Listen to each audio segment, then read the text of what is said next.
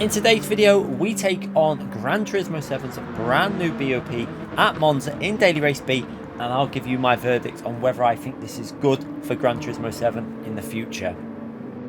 So let's jump into the first race here. You can see it's quite a competitive lobby.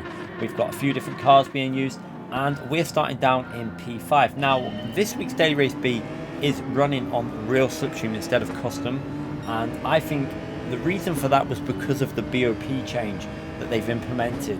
Makes it a little bit easier to follow than what it used to be, because the cars are a little bit slower overall. So on average, your lap times are about 1.7 to 2 seconds slower, depending on the track. Some tracks might not be as much, some tracks might be slightly higher. So yeah, it is very much dependent on the track, the car, etc. But it's around anywhere from 1.5 to 2 seconds overall for a track layout. Now, we're starting down in P5 in this one. I'm in the Genesis. You can see there, Bray picking up a lovely 1 second penalty as he goes for a move on Fento, trying to get ahead before he takes that penalty.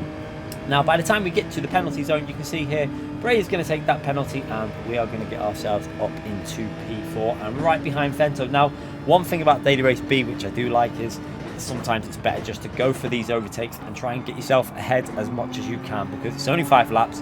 It's not really about working with each other, it's more about actually getting yourself into a better position, but you can still work with each other in certain situations. So again here, we're going to pick up that slipstream to Fento, and we're going to go for a move on the inside. Now, one thing I absolutely love about this new BOP is because the cars are running a bit more of a realistic power now.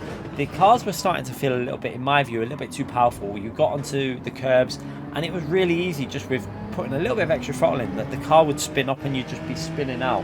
Now, some people are not going to like what they've done with this new BOP in terms of reducing the power. They're going to say it's too easy.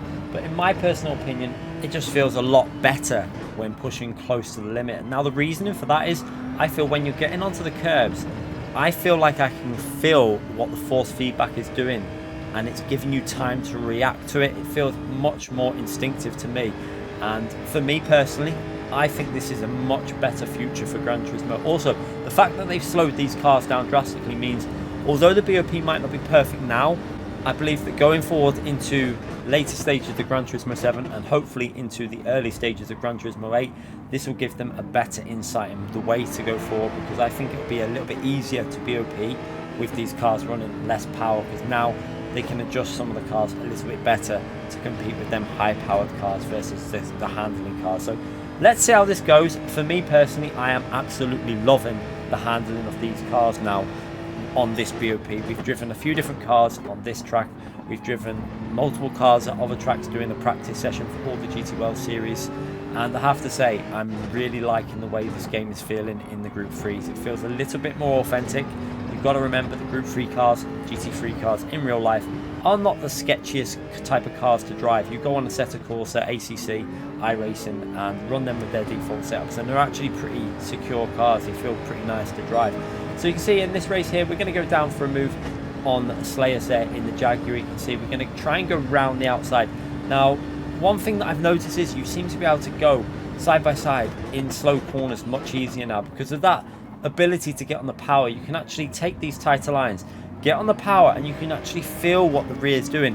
And for me, it's just making overtaking a bit more instinctive. It just feels more natural, and you're not just worrying that the rear is going to snap out. Now you can see here, as we get to the end of lap 5 here, we've got Bray coming up behind us in the Viper. Now the Viper with the new BOP is not the best in the corners, but it's incredibly quick on acceleration. You can see they're catching into the second chicane. Now we get a reasonable run through here, up into third gear, able to push up onto the curbs, and that's one thing I've noticed. You can really push up onto the curbs, and even on the X, it's like, for example, the first Lesmo here, when you hook it up nicely and get on the power, you can run right up to the curb without any fear that the rear is going to snap. And then on the second Lesmo, I've also noticed that when you do go a little bit over the limit and the rear starts to snap slightly, it's just more instinctive in terms of catching the rear of the car. Now, I'd be interested in what your opinion is on this.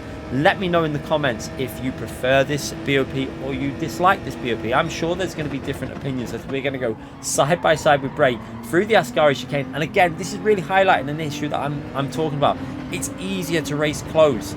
It's better. It feels like you can really fight someone, even with this real slipstream on. We're not running any sort of custom slipstream with it being easier and exaggerated slip. This is the real slipstream, which isn't as strong. So much better now. And now again, onto the final corner here, trying to go for a move for the podium. And we're going to try and go the long way around the outside. I'm managing to get on the power from that line and still holding it around the outside. I'm managing to take P3. And it's moments like this that have really won it for me. The ability to battle and go for them outside moves. It just feels absolutely amazing. So in my opinion, PD, you've done good. I'm quite happy to say it when I believe they've done a good job, and I'll quite happily say when I think they've messed things up. But in this circumstance, for me, they've definitely done the right thing, and I'm going to be very interested to see what everyone's opinion is. I think it's going to be a very mixed opinion. Some people are going to prefer the old system where the cars were a bit more lively, but in all honesty, in my view, GT3 driving isn't about being really sketchy cars. They should be quite stable, they should be quite predictable, but still hard to push the absolute limits out of them. And that's what I feel like we've got right now. I actually would go as far as to say I think we've got an almost perfect BOP balance for the power and weight and stuff. And now it's just going to be a case of tweaking these cars to be equal to each other. And another benefit from this is you're probably going to see some of the more difficult cars to drive being a little bit easier for everyone to get the hang of. And I think it's going to really open up some car choices once the BOP is in a really good place. Now, this is possibly a risky move, what they did, going into a brand new season. But, yeah, you know, they've done it, and this is what we've got to do now for the main official season. Now, you can see in this race here, again, we're starting from P4, and you can see by lap 2 here, we're right up behind Bray. This time, he is in the Hyundai. And by the time we get to lap 3 here, you can see a bit of a gap develop between the top 3.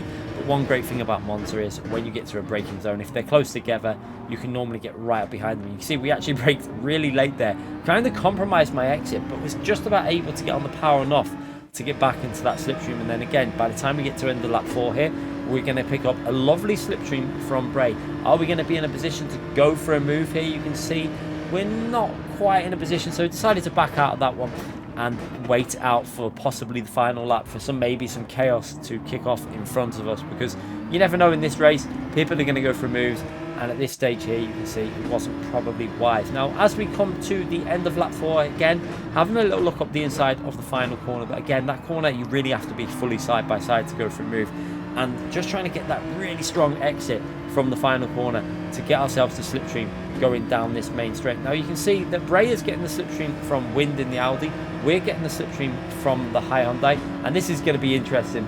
So Bray is going to go down the left hand side, Wind goes for the defensive line, I'm going to go down the middle, and somehow we go 3 wide into the corner and no contacts as late as we can on the brakes, and we just about managed to rotate it in, and we're still side by side with Wind, and now it's going to be a drag race all the way down into the next chicane. You can see we actually got a slightly better exit in the Genesis, and so again brilliant racing going on, and that's what I'm liking about this new BOP. It feels like you can race on the limits in slow corners a lot better now, and really, you know, you're not worrying that car's going to snap on the rear if you put like 1% too much power in. However, as we go through that chicane, as we're trying to give a little bit of space to Wind there, taking that really tight line, unfortunately we pick up a lovely ½ second penalty. But to be brutally honest there, I wasn't too worried, because the racing was so good and enjoyable. It's just a shame that we lost out on that P2 because of that penalty. But you can see by the time we get to the finishing line, we go over the line in P4. Now, one thing I would say is, don't be concerned if you think, right, this just looks so easy now, you're never going to be able to spin it out. It is still 100% possible to make mistakes and be punished for being a bit too aggressive on curbs and stuff like that. You are still going to make mistakes, and we're going to show you a little bit later on how that will happen. So you can see here in this race we've got Bray now in the Nissan GTR, which seems like a pretty decent car at a few different tracks. It doesn't seem like the best car overall, it just seems like a pretty solid car at a number of different tracks. You can see here by the time we get to lap 2, we were dropping off a little bit on that lap, but again 2 by 2 cars, 2 by 2 all the way through that section there. Brilliant to see in front of us there that they all got through that without any contact. Now we're going to take advantage of that situation by getting the slipstream to Fento and getting past Bray on the inside here and moving myself up to P4. And again, we're now picking up the slipstream to Fento. Fento's going to go defensive, but we've got the run. Can we go right round the outside? Now I decided to brake very, very late here and use first gear for a bit of rotation, and somehow managed to get that through there and up into P3. I was really happy with that overtake. A lovely little move to get ourselves up into P3 there. And then by the time we get to lap 3 here, you can see we're going over the line and we're right up behind P2. Now we're going to pick up that slipstream to Slayers using the Jaguar. We have a little look to the inside here to go kind of defensively, just to make sure Fento doesn't go for that move down the inside. And we can see that Wind has got a 1 second penalty there in the Suzuki. Now again, as we come to the penalty line, you're going to see here, Wind goes for the reducing the time loss by using a bit of the grass in the braking, but uses a little bit too much and somehow manages to save that. Very, very close to dying there. I believe if that would have been before, with the way he went on the grass, he probably would have ended up before the BOP change in the barrier. But with the ability to save stuff now a bit better, he was able to catch that. But we promote ourselves up into P2, and then we're going to fast forward the action on the straight into the braking zone, and a little bit too far back to go for a move on Slayers on this lap there. So it's all about just trying to line up maybe for the final lap or into the Ascari chicane or something like that for an overtake. So into the slipstream, can we go for a move into this second chicane? It's going to be close here as we pick up that slip from Slayers, but again, might be a little bit too far back here. You can see we are gaining, but decided not really to go for a move there. It wasn't really wise to send it from this far back, so just tucking in behind him. I'm going to try and stay as close as possible as we exit that chicane and then into the 2 Lesmo corners. Now again, first Lesmo for me now, this is one of the corners which I really do feel is much better. And then the second Lesmo, you can see with the BOP being, the cars are obviously a bit slower and a bit more predictable. We run a little bit wide here and go over the curb, and again, we lose time, but we're not heading off into the barrier because the car's running that much power that the rears just spin up. However, that has give Win the ability to go down the inside here now, and he's going to go for that inside move. We're going to have to give him space and compromise our own entry into this corner. Now watch what happens here as we go up on the curb. A bit too much usage of the curb.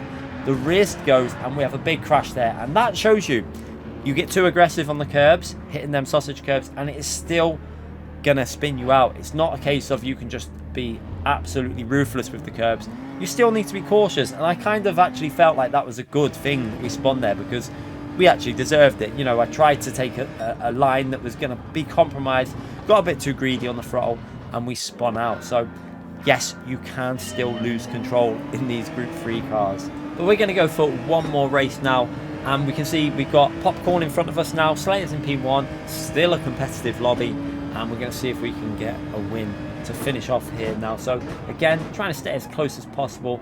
And you can see the Lexus as well. It seems to be another pretty decent car. It does seem a little bit on the edgier side compared to some other cars. And you can see here, by the time you get to the lap 2, the end of lap 2 towards the Ascari chicane, we're right up behind Slayers in that Citroen. Popcorn's managed to get himself in the lead. Now the Citroen again, I'm presuming it's a little bit more drivable than it used to be, but probably not the best car overall for drivability. You can see we get a nice run from there, and we're going to go down the inside and try and get that move done before the final corner, before we go down the main straight. And again, as we come into the braking phase here, you can see we take a nice line, and that Citroen gets a little bit of understeer. He's got the power a little bit too early. He's run wide, but also Popcorn in the distance there manages to go really wide in that Lexus, and that is going to give us a little bit of a helping hand in terms of getting close to him as we get into the braking phase. So you can see again, picking up the slip, he's going to try and clean the tyres up slightly with a little bit of movement down the straight. You can see what he's doing there. That will help clean your tyres slightly before the braking phase.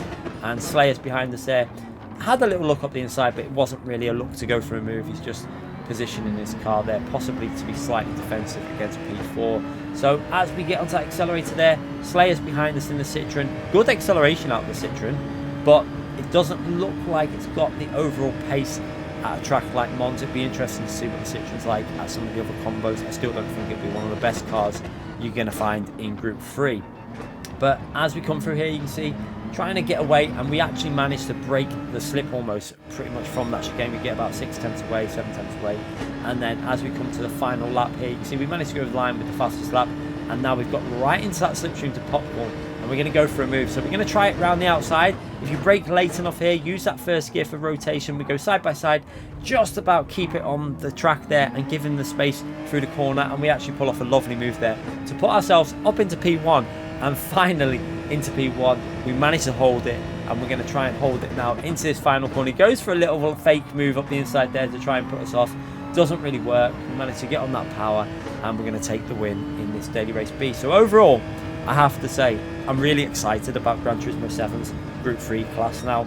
After driving it at Spa, Suzuka, we drove it at Catalunya, we did a test session for all the races in the GT World Series, and I have to say, I was driving the McLaren in it, and it just feels absolutely lovely again. So really excited. Let's hope this momentum continues with Gran Turismo 7, because I'm definitely feeling a lot more positive with the way that GT7 feels in the Group 3 class now.